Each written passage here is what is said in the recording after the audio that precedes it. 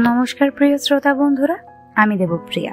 সকলকে আবারও একবার স্বাগত জানাচ্ছি আমাদের ইউটিউব চ্যানেল রহস্য রোমাঞ্চতে।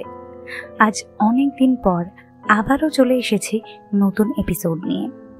বেশ কিছু কারণবশত ভেবেছিলাম হয়তো চ্যানেলটা বেশি দিন আর চালাতে পারবো না, কিন্তু হয়তো তোমাদের সকলের ভালোবাসাতেই আবার ফিরে আসতে হলো।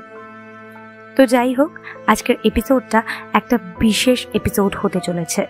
আমার কাছে তো ভীষণভাবেই স্পেশাল, কারণ আজকে প্রথমবার চ্যানেলে কেউ গল্প পাঠিয়েছে। যে পাঠিয়েছে সে আমার বহুদিনের পরিচিত খুব ভালো বন্ধু সায়ন। আজ ওর সাথে ঘটে যাওয়া এক অলৌকিক এবং গায়ে কাঁটা দেওয়া ভয়ঙ্কর রাতের অভিজ্ঞতাই শেয়ার করতে চলেছি আপনাদের সাথে। সত্যি বলতে ঘটনাটার কোনো স্পষ্ট ব্যাখ্যা আমি খুঁজে পাইনি এবং বেশ ক্রিপি ছিল পুরো বিষয়টা। তো আর বেশি দেরি না করে আজকের এপিসোড শুরু করছি। ও যেভাবে আমাকে লিখে পাঠিয়েছে ঠিক সেইভাবে ওর ভাষাতেই আমি ঘটনাটা আপনাদেরকে পড়ে শোনাচ্ছি। হ্যালো দেবপ্রিয়া, আমি সায়ন বলছি। তুই তো আমাকে চিনিসই, কিন্তু আমাদের শ্রোতা বন্ধুদের জন্য আমি নিজের একটা ছোট্ট ইন্ট্রো শুরুতেই দিয়ে আজকের ঘটনাটা স্টার্ট করছি। নমস্কার, আমি সায়ন ব্যানার্জি, হুগলি ডিস্ট্রিক্টের একটা মফস্বল থেকে বলছি। প্রতিদিন রাতে এই ভূতের গল্প না শুনে আমার ঘুম আসে না। আজ আমি আমার নিজের সাথে ঘটে যাওয়া একটা ঘটনা বলবো। বেশি সময় নষ্ট না করে শুরু করছি। তখন আমি ডিপ্লোমা 3rd ইয়ারে পড়ি। তো বর্ধমানে আমি একজনের বাড়িতে যাই। তার বাড়ি বর্ধমানের একটা গ্রামে, আর বাড়ির চারপাশে বিস্তৃত ধান জমি আর বাঁশবাগান। তো আমি যেদিন যাই সেই দিন রাতে ডিনার করে আমি একা একটা ঘরে শুয়েছি। আমার বরাবরের অভ্যেস, আমি একটা জলের বোতল বিছানায় নিয়ে শুই। সেদিন রাতে প্রচণ্ড ঝড় বৃষ্টি হচ্ছে, তো ওয়েদারটা ঠান্ডাই ছিল, ফ্যান চালানোর প্রয়োজন ছিল না। তখন অ্যারাউন্ড রাত 1টা হবে। আমার অল্প অল্প ঘুম আসছে, বাট আমি এমনি চুপচাপ শুয়ে আছি চোখ বন্ধ করে। কিছুক্ষণ পর আমি ফিল করছি যে আমার বিছানার পাশে কেউ একজন যেন দাঁড়িয়ে আছে।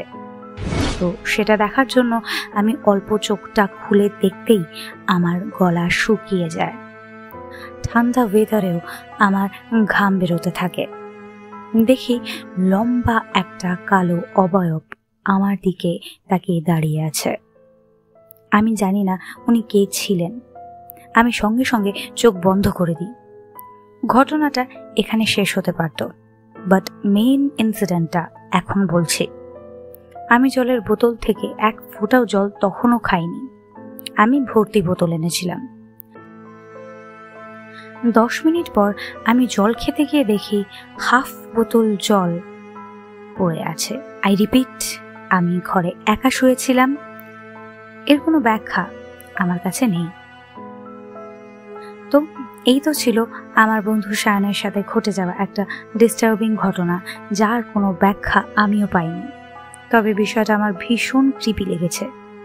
মানে মনে করুন, এরকম কারোর বাড়িতে গিয়ে অচেনা জায়গায় অচেনা রুমে একজন অশরীরীর সাথে দুর্যোগময় রাত কাটানোর অভিজ্ঞতা সত্যি ভীষণই ডিস্টার্বিং। আপনাদের কি মনে হয় এই বিষয়টা নিয়ে?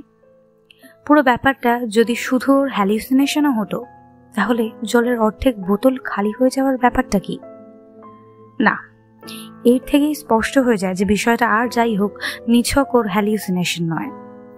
আপনাদের এই বিষয়ে মতামত শেয়ার করতে পারেন আমাদের কমেন্ট বক্সে।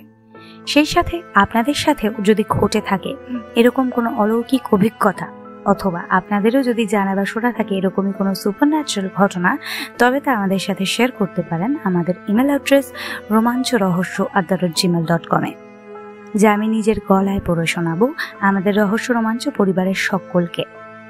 অবশ্যই সেন্ডারের আপত্তি থাকলে তার নাম প্রকাশ না করেই পড়ে শোনানো হবে তার অভিজ্ঞতা। আর আজকের ভিডিওটি ভালো লাগলে অবশ্যই একটি লাইক করতে ভুলবেন না এবং ভিডিওটি শেয়ার করবেন নিজের বন্ধু বান্ধব এবং আত্মীয় পরিজনদের সাথে। এবং এরকম আরও এপিসোড শুনতে আমাদের চ্যানেলটিকে সাবস্ক্রাইব করতে ভুলবেন না এবং সেই সঙ্গে পাশে থাকা বেল আইকনটি প্রেস করে দেবেন চ্যানেলে ভিডিও আসা মাত্রই তার নোটিফিকেশন পেতে। তো এই বলেই আমার বন্ধু সায়নকে অনেক অনেক অনেক থ্যাঙ্কস জানিয়ে আজকের এপিসোড এখানেই শেষ করছি। দেখা হচ্ছে আপনাদের সাথে এরকমই আরও একটা হন্টেড এপিসোডে। ততক্ষণ সবাই খুব ভালো থাকবেন, সুস্থ থাকবেন, হাসি খুশি থাকবেন। শুভরাত্রি।